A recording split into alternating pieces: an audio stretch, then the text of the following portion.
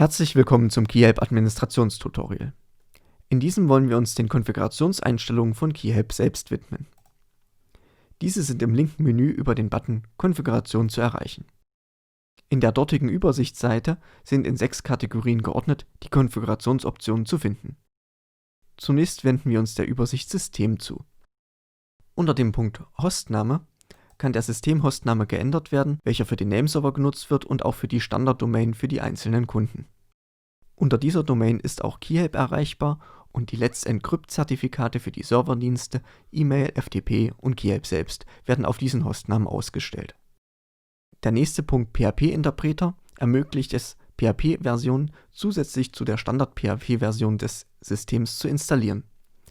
Möglich sind hier alle von PHP FPM unterstützten PHP-Versionen, angefangen von PHP 5.3 bis hin zur aktuellen PHP 7.3-Version.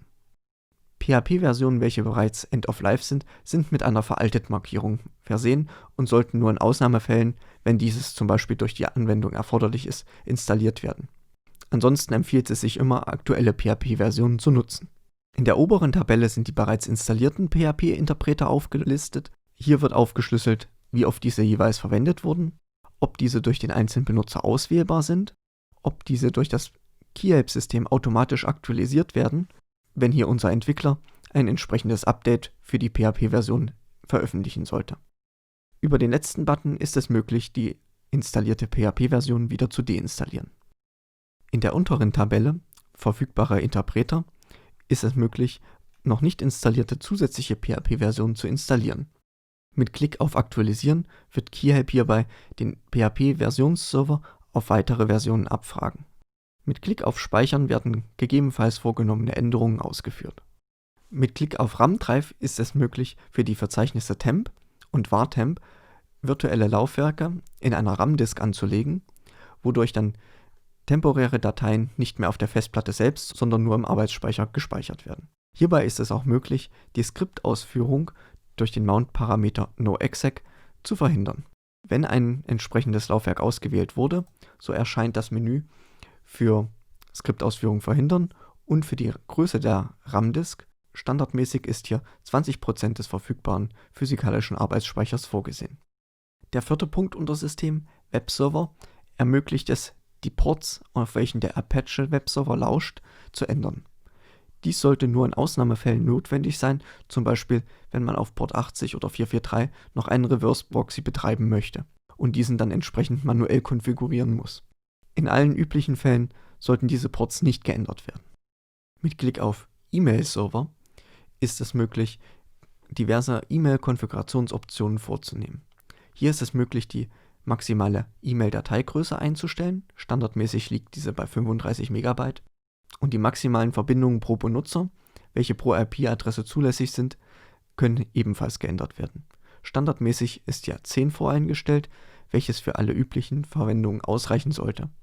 Wenn jetzt zum Beispiel ein großes Sammelpostfach von vielen verschiedenen Personen in einem Unternehmen abgerufen wird, so kann dieses Limit unzureichend sein und kann entsprechend in diesem Menü geändert werden. Weiterhin ist es in diesem Menü möglich, DNS-basierte Blacklists und Whitelists zu hinterlegen. Im Systemmenü Datenbankserver ist es möglich, den Fernzugriff auf den Datenbankserver grundsätzlich zu erlauben. Hierbei wird der Datenbankserver so konfiguriert, dass entsprechend auch auf der externen IP-Adresse gelauscht wird.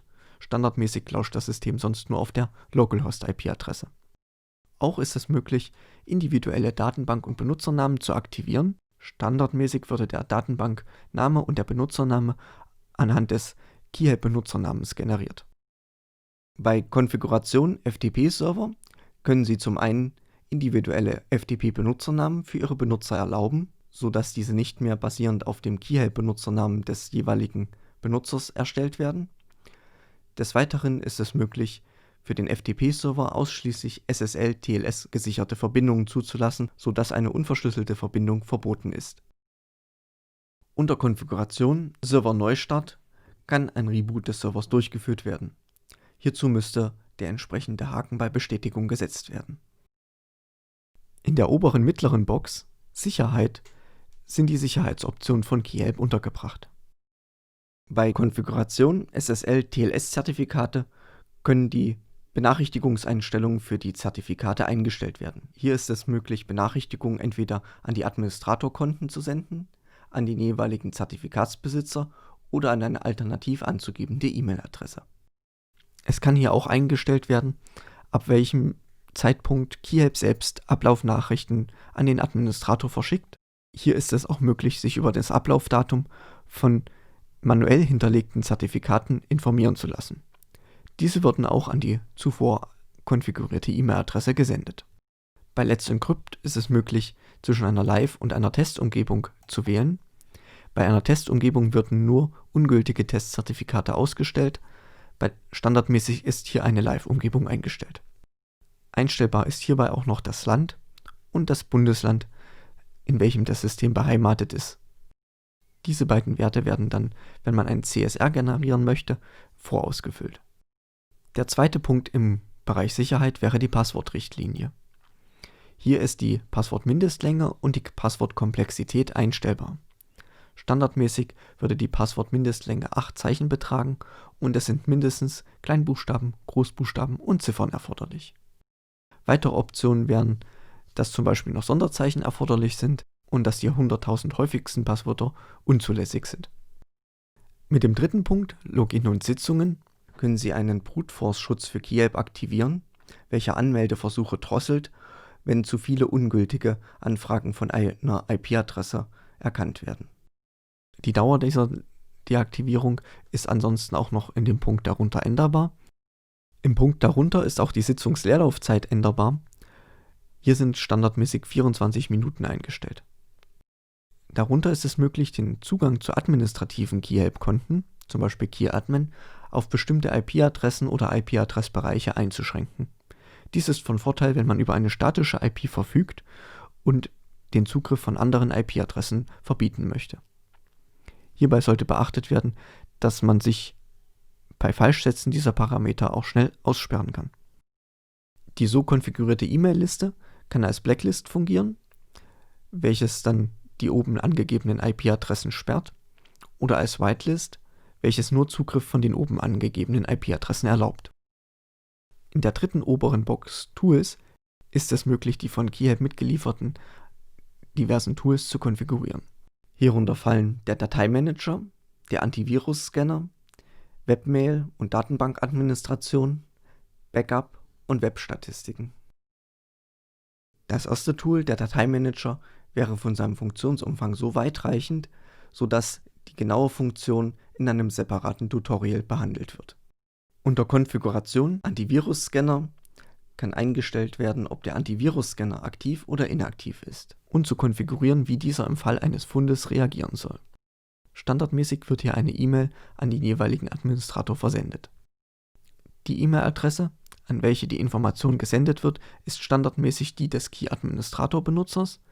Es ist hier auch möglich, eine spezielle E-Mail-Adresse zu hinterlegen.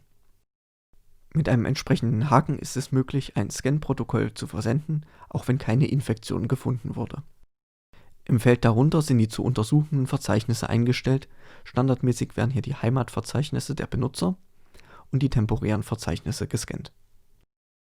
Mit dem Punkt Webmail ist es möglich, die Webmail grundsätzlich ein- oder auszuschalten und den Webmail-Client auszuwählen. KeyHelp bietet hier Roundcube und Rainloop zur Auswahl an. Des Weiteren kann hier die Zugriffs-URL explizit geändert werden. Dies ist zum Beispiel von Vorteil, wenn man einen alternativen Client selbst installiert hat und hier im KeyHelp-Menü seinen Benutzern die URL dafür anbieten möchte. Des Weiteren ist das Verhalten der Webmail-Subdomain einstellbar. Die Webmail-Subdomain ist dabei eine Domain webmail.meinedomain.de, welches die Benutzerdomain darstellt. Standardmäßig wird von dieser Subdomain eine Weiterleitung auf die oben angegebene Zugriffs-URL durchgeführt. Es ist aber auch möglich einzustellen, dass der aufgerufene Domainname beibehalten wird. Hierbei kann dann noch unterschieden werden, ob grundsätzlich auf HTTPS umgeleitet wird oder dies nicht erzwungen wird. Bei einer Umleitung auf HTTPS kann, je nach hinterlegtem Zertifikat für die E-Mail-Dienste, eine entsprechende Warnung erscheinen. Bei einer Nichtumleitung auf HTTPS ist dies allerdings ein Sicherheitsrisiko. Die entsprechende Konfigurationsoption ist daher auch mit dem Hinweis unsicher markiert. Des Weiteren ist hier der Produktname von Keyhelp, Keyhelp Webmail, welcher in Roundcube angezeigt wird, und die Support-URL und die aktiven Roundcube-Plugins aufgelistet. Diese können hierüber auch geändert werden. Mit Klick auf die Datenbankadministration ist es möglich, diese grundsätzlich für den Benutzer ein- oder auszuschalten, zwischen den zwei verfügbaren Datenbankadministrationstools zu wählen. Diese wären phpMyAdmin und Adminer, wobei Adminer jetzt mit den letzten Updates hinzugekommen ist, und die Zugriffs-URL für die Datenbankadministration zu ändern. Hier wäre es dann möglich, auch eine komplett eigene Datenbankadministrationsoberfläche zu verlinken. Mit dem Punkt Backup lässt sich der lokale Speicher für die Benutzer-Backups aktivieren. Hier würden dann auf der lokalen Festplatte im Verzeichnis /Backup die jeweiligen Backups gespeichert. Des Weiteren ist hier die Anzahl maximaler Backups pro Benutzer einstellbar. Weitergehende Backups werden dann immer wieder überschrieben. Im Punkt darunter lässt sich noch die Kompressionsrate einstellen und das Multithreading für den Packprozess aktivieren oder deaktivieren. Mit dem letzten Punkt unter Tools, Webstatistiken bzw. AW-Stats ist es möglich, die Webstatistiken zu aktivieren oder zu deaktivieren. Im rechten unteren Bereich der Übersichtsseite findet sich der Bereich Vorlagen. Hier kann man für verschiedene Aktionen dann Vorlagen definieren, um nicht immer alle Eingaben manuell machen zu müssen. Zunächst finden sich die E-Mail-Vorlagen. Die E-Mail-Vorlagen werden genutzt, um individuelle Texte für bestimmte Keyhelp-Ereignisse versenden zu lassen. Ist keine eigene Vorlage definiert, so ist das Fenster leer. Weitere Vorlagen kann man mit E-Mail-Vorlage erstellen. Als Standardsprache wählt Keyhelp die vom Administrator gewählte Profilsprache aus. Hier wäre das Deutsch.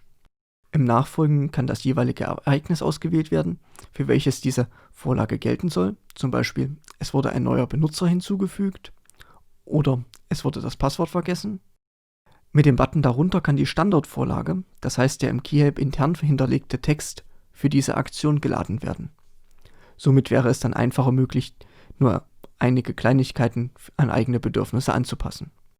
Unter dem Button findet sich eine Liste der Platzhalter, welche innerhalb der Vorlage verwendet werden können. Ansonsten ist dann der Betreff der E-Mail und der jeweilige E-Mail-Text zu sehen. Auch ist es möglich, den Absendernamen speziell anzugeben und eine E-Mail-Adresse, an die eine Kopie dieser E-Mail gesendet werden soll. Im Feld darunter ist es noch möglich, an eine bestimmte E-Mail-Adresse einen Test dieser Vorlage senden zu lassen. Zurück in der Übersichtsseite der Konfiguration ist der nächste Punkt bei den Vorlagen die Kontovorlage. Hier ist eine Standardvorlage Unlimited vordefiniert, welche kein technisches Ressourcenlimit für einen Account setzen würde. Unter Kontovorlage hinzufügen ist es möglich, weitere Vorlagen vorzunehmen. Das erste Feld wäre ein frei definierbarer Name für diese Vorlage. Die Namen selbst müssen eindeutig sein.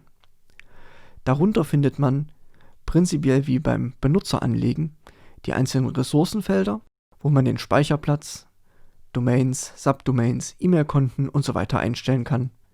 Ebenso wie natürlich die jeweiligen Berechtigungen für die Benutzer und dann in dem weiteren Tab die PHP-Einstellungen mit den entsprechenden PHP-Ressourcen und im dritten Reiter die PHP-FPM-Einstellungen. Mit der dann gespeicherten Vorlage ist es möglich, wenn man einen Benutzer erstellt, einfach diese Vorlage laden zu lassen, um nicht alle Werte jedes Mal von Hand wieder angeben zu müssen. Die dritte Vorlage wäre die Domain-Standardseite. Die erste Einstellung auf der Konfigurationsseite wäre der Dateiname index.html oder index.php. Sofern man PHP-Code innerhalb der Vorlage verwenden möchte, so müsste index.php ausgewählt werden. Im Nachfolgenden findet sich ein Editorfenster mit Syntax-Highlighting für den HTML-Code der entsprechenden Index-Vorlage.